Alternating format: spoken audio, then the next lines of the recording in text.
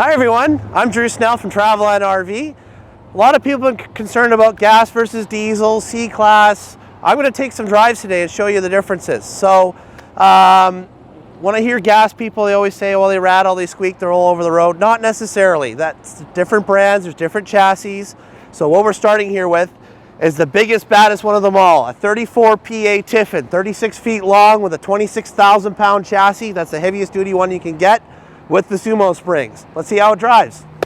All right folks, so big plus when you start with a Class A, you're gonna have automatic leveling. So if you're leaving your campground, you literally hit a button, the jacks come up, put your slides in, and away you go. A lot of things, little pointers if you're buying a Class A. Like today, it's a nice bright sunny day. Make sure you get a motorhome with these side blinds. Otherwise, you're gonna be blinded. If you have one with the curtain that goes across, you can't see out the side of your coach. So these are a big plus. And up front here, you'll see the solar shade. So that blocks out the sun while I'm driving in the desert. I wouldn't leave home without it. And also make sure, if you're a taller person, that with the slide in, then you can fit. A lot of motorhomes will have the slide right behind your seat so you can't recline. So this one, I'm 6'3", I got tons of room, life is good. So checklist right now is great. Let's go. So the higher numerical chassis you get, so it starts at 16,000, goes all the way to 26. Just think of it this way, the higher the number, the less rocking you're gonna get. So this one over potholes doesn't do the side-to-side motion as some others will. So let's get going.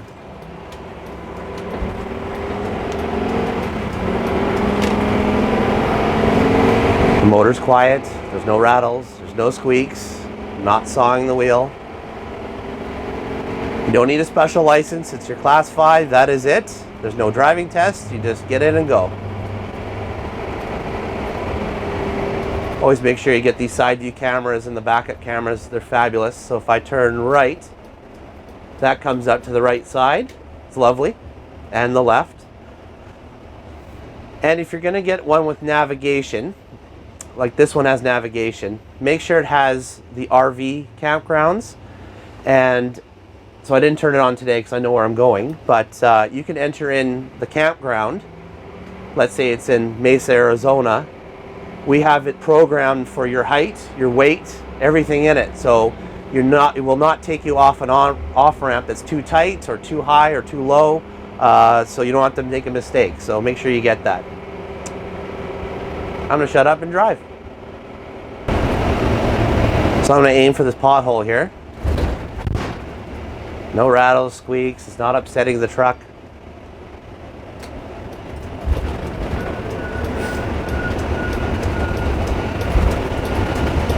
And this is the biggest one you can get.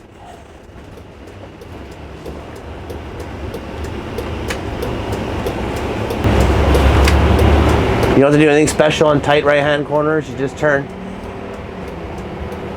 Contrary to belief, you just drive it like a big car.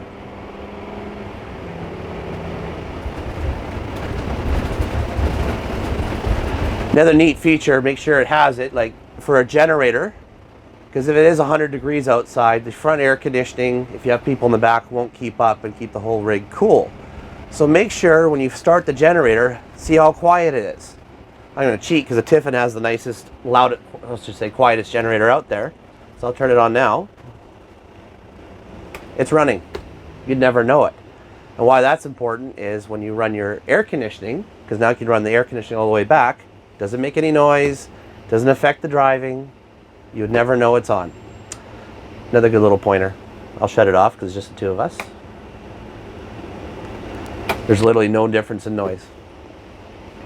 All right, so up ahead of us is a 9% grade. We're starting from off the line.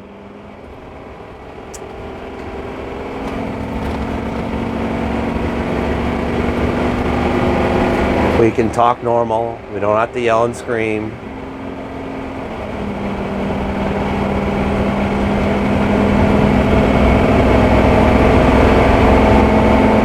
So I'm just doing half throttle at 70 kilometers an hour.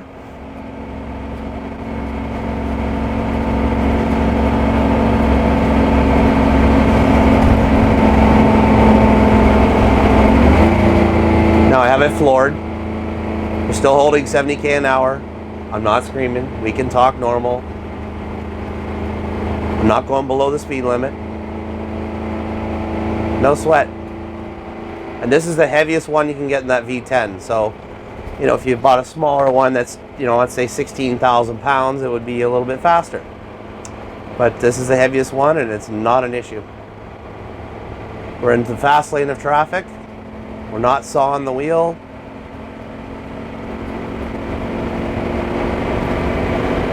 It's a lot less intimidating than you think. All right, so if you're not familiar with Langley here, we're going to be heading east on Highway 1 on the 200th Street exit, which is a hard right corner, then it goes up a hill. So to merge on the highway, you always got to make sure you can go to the speed limit before the end. I have been in coaches that can't. I know for a fact this can. But you'll see how it's like, and we'll go from there. Another neat thing, if you can do it, if it's in your budget, make sure your motorhome has what's called a heat strip or heat pump. Because if it's also cold back there, your engine heat just goes to here. So you'd run your generator, run your heat pump, and then it would blast heat throughout the whole coach. So good little pointer for you guys, if you can swing it. So we're waiting for this light to go green. Here we are.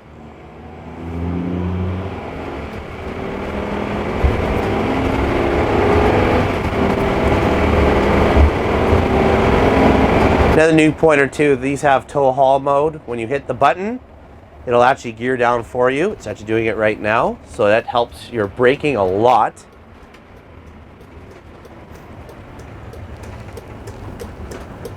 And here we go. I guess we're going to be in stop and go today.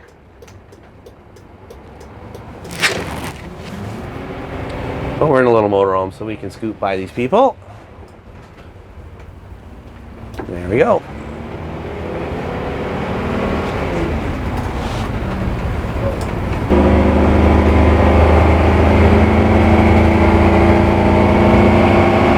So we're already at 70. I'm not going to push it because why would you when the car's not even doing it up ahead? So bad example. However, I've driven these. You can head up to 100 km an hour before you hit the exit, no problem. This is quite a decent hill going up. As you can hear, the engine's not struggling, it's not screaming.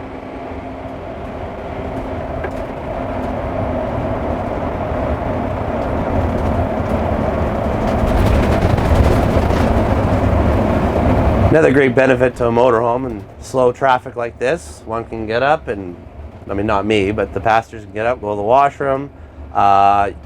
Depending on the unit, this has a sine wave inverter, so that's 2,000 watts, which means I can flick the inverter on and the TVs work, the outlets work, the convection microwave works all off the batteries, which is charged by the motor. So literally the back passengers can put a movie on, do a roast with the convection, use the washroom. It's awesome.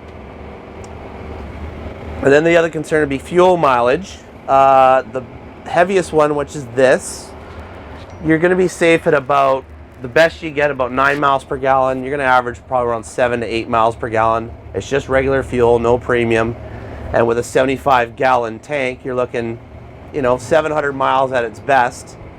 I would say at least 1,000 kilometers per tank. So you don't have to stop. Like if you're in a truck and trailer that's getting the same fuel economy with their small tanks, you got to stop every 250 to 300 kilometers, which I've done in my personal unit. So you don't have to keep stopping, just keep going. All right, so we're heading up to 50 miles an hour, 80K an hour.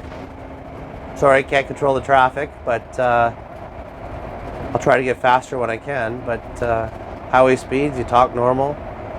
Tiffins don't have the wind noise. There's no rattles, there's no squeaks.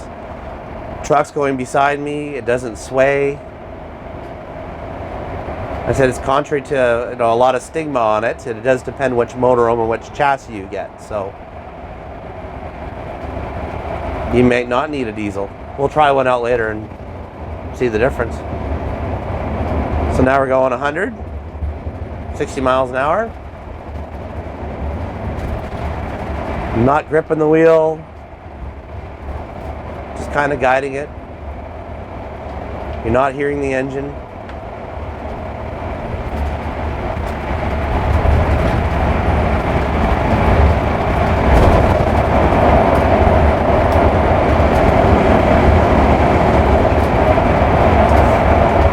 This is the lowest underpass in the Trans-Canada, and we can go under it no problem.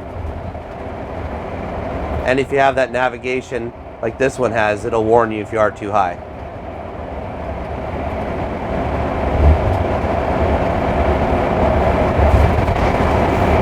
But basically, yep, 100k an hour, hit on, hit cruise, done. Feet's off the gas pedal, let it do its thing. Enjoy your journey.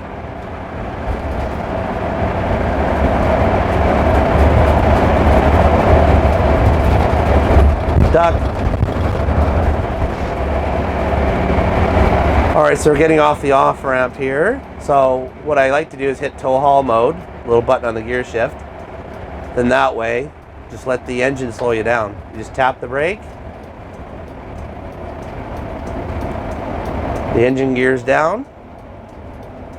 And here's a pretty tight right-hand corner. Doesn't lean too bad. We can go the speed limit, contrary to, I'm sure a lot of you follow motorhomes and they're holding up traffic. You don't have to.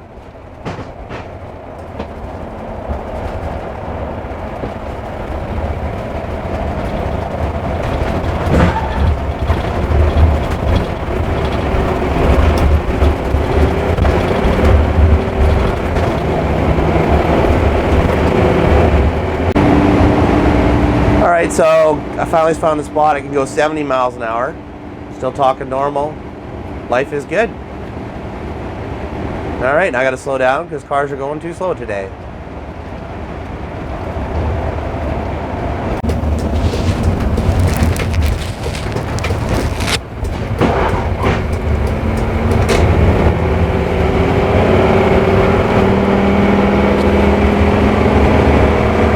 Alright, so now we're pulling into our dealership, which, if you're concerned about bigger motorhomes, how they're maneuverable, our dealership to drive in would be like the world's worst campground. So if we can make it through there, you can make it through anything. So here we are going over speed bumps, which generally, you know, I've been in some motorhomes where they wallow quite a bit. This one's completely solid.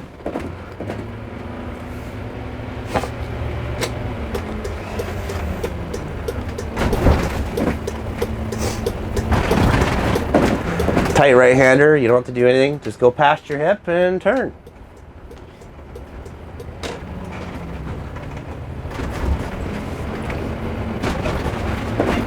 I'm gonna aim for all the potholes, just try to upset the truck and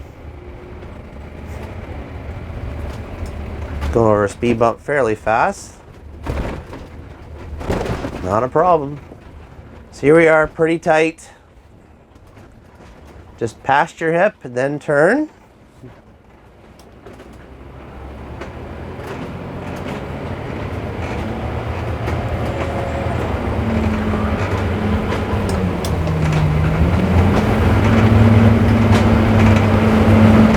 So what we'll do, we'll pull it into its spot, which is the tightest campground parking space in probably the world. So we'll see if we fit in with one shot.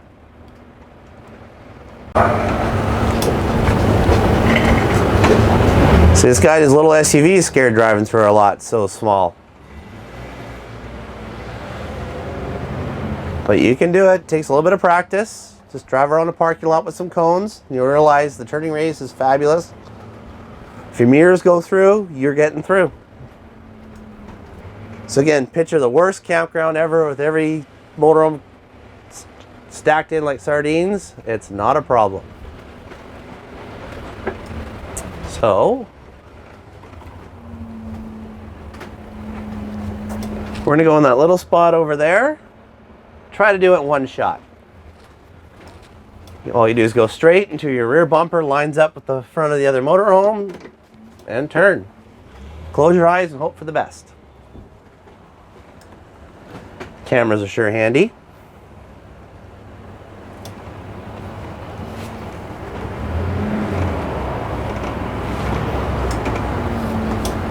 So you see, it's nothing special.